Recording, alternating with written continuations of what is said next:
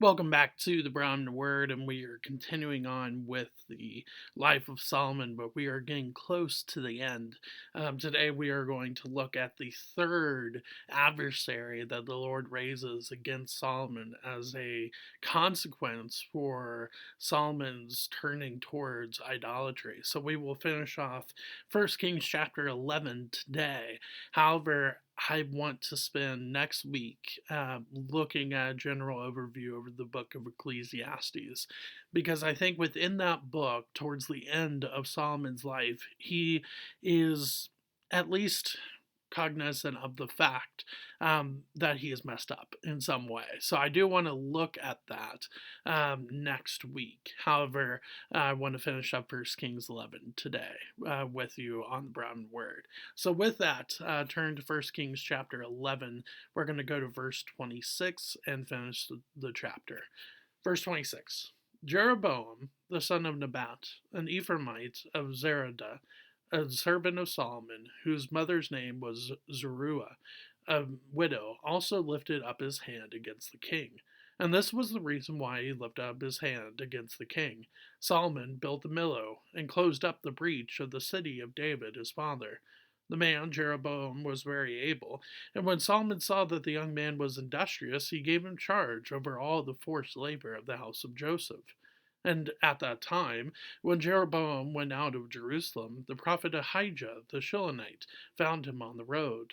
Now Ahijah had dressed himself in a new garment, and the two of them were alone in the open country. Then Ahijah laid hold of the new garment that was on him and tore it into 12 pieces.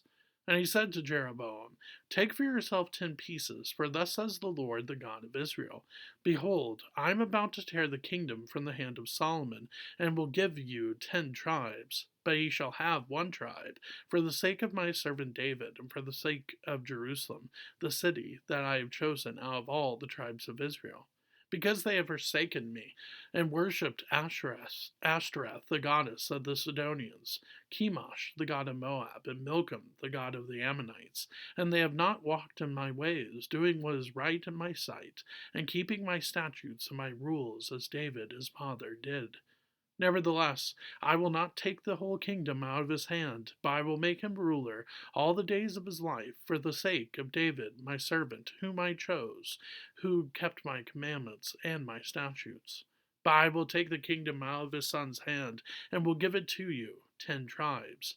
Yet to his son I will give 1 tribe, that David my servant may always have a lamp before me in Jerusalem, the city where I have chosen to put my name. And I will take you, and you shall reign over all that your soul desires, and you shall be king over Israel. And if you will listen to all that I command you, and will walk in my ways, and do what is right in my eyes, by keeping my statutes and my commandments, as David my servant did, I will be with you, and will build you a sure house, as I built for David, and I will give Israel to you. And I will afflict the offspring of David because of this, but not forever. Solomon sought, therefore, to kill Jeroboam, but Jeroboam arose and fled into Egypt to Shishak, the king of Egypt, and was in Egypt until the death of Solomon. Now the rest of the acts of Solomon, and all that he did, and his wisdom, are they not written in the book of the acts of Solomon? And the time that Solomon reigned in Jerusalem over all Israel was 40 years. And Solomon slept with his fathers, and was buried in the city of David his father. And Rehoboam his son reigned in his place. So, the last adversary is an Israelite. I think that's important to see here. It's not just that the adversaries are outside of Israel, like Hadad the Edomite, and then Rezin, the son of Eliada, but who then reigned over Syria. But Jeroboam is an Israelite. Not only that, he is an Ephraimite, and his mother is a widow, which I thought is interesting that they put that in there. I think it is to show the strength of Zeruiah, but also the strength of Jeroboam, that he has really become the man of his household, and it seems likely that he is going to be a good candidate to take over these 10 tribes of Israel that become known as Israel, or the northern part of Israel, when the kingdom splits under Rehoboam. Now, throughout the passage, you do hear a couple things. One is the talk of only 11 tribes to 12 tribes. Well, if you remember, the Levite tribe is not given a portion of of the 12 tribes of Israel. There is an idea that Benjamin was half loyal to the northern tribe and then half loyal to Judah, or the southern part of Israel. So it could be that's why that is 11 are mentioned, but it is interesting, so I did want to at least bring that up. So, with that being said, though, the other thing that is really fascinating about all of this is the fact that the Lord uses a prophet named Ahijah. And so it seems like Jeroboam is being set up to be a very godly king. He is given the same encouragement and the same warning as Solomon was given. Look, if you follow after my commandments, which is the Lord, if you follow after the Lord's commandments, then you will succeed. But if you do not, then you will not. But it's interesting, the last verse of the Lord's um, words to Ahijah that Ahijah then gives to Jeroboam. Verse 39, and I will afflict the offspring of David because of this, but not forever. Well, what does that mean exactly? That not forever. What does that mean? I honestly think that this is pointing towards Jesus. I think it's pointing towards him, because we actually see descendants of David ruling over Judah for a while after this. And so, with that being said, that's not the case. Could it be pointing towards 587, 586 BC when the Babylonians take over? Yes, but that doesn't seem likely. That's more affliction, to be honest. And so, okay, well, what about when they come back under King Cyrus?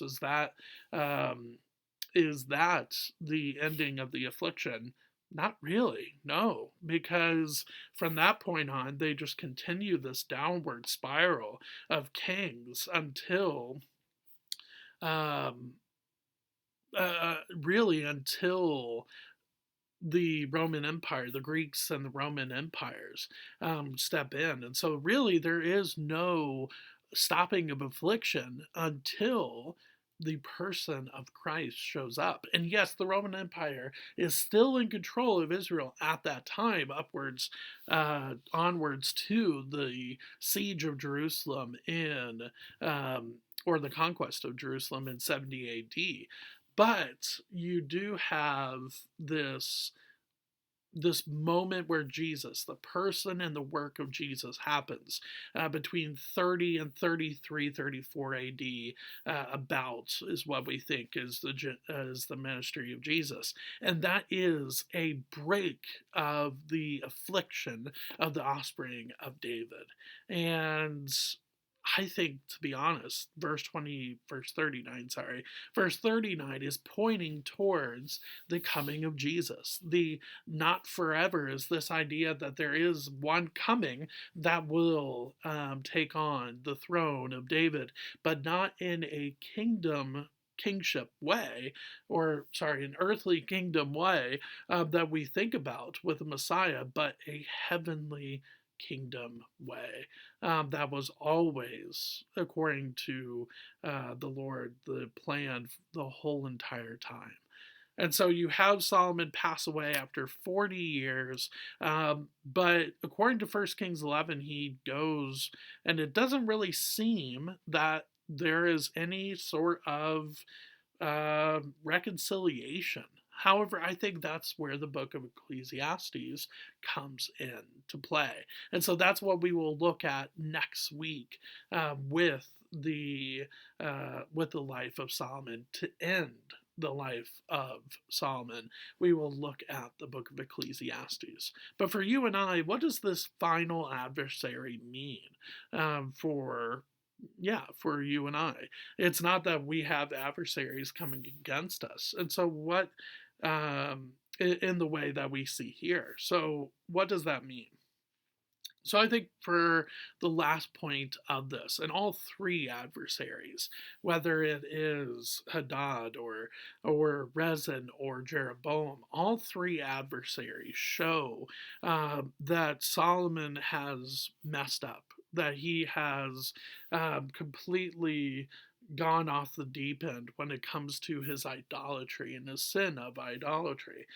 But all three of them are meant to make a restoration of Solomon, not just to the throne of Israel, but to because that does not happen within his lifetime. But it's supposed to restore the spiritual soul of Solomon. And I think last time we mentioned this, but I do want to flesh this out. Solomon, when he turns from the Lord, that is such a an action picture that is there. So you have point A and point B, and you turn from that thing. That doesn't mean that Solomon is rejecting the Lord, that he has lost his salvation. Will we see Solomon in heaven? Yes. I do believe so. He believes in the Lord, but he does get distracted later on. At no point in chapter 11 do we see Solomon lash out against the Lord. At no point in 1 Kings chapter 11 do we see that he utterly rejects the Lord for who he is. Instead, we see a man that has been blinded by his idolatry. And for you and I as believers, um, we don't see this idolatry in the form of gods and goddesses really anymore.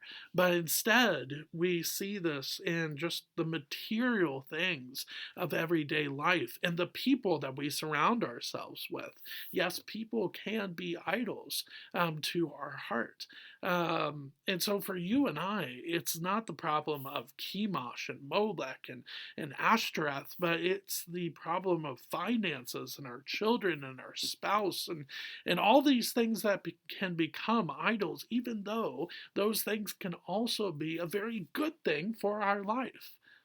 But they can also become idols as well.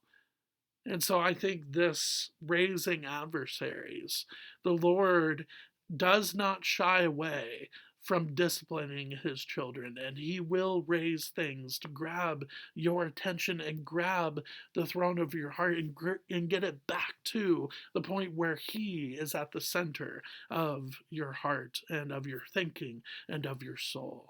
And I think that is important to see here with 1 Kings chapter 11. It's not a man that has lost his salvation. It is just a man that has lost his way. But God brings him back to himself, I believe, in the book of Ecclesiastes, which we will look at next week. But thanks for spending a little bit of time here with me today in the Brahmin Word in 1 Kings chapter 11. I will see you next week as we dive into the book of Ecclesiastes. See you then. Thanks.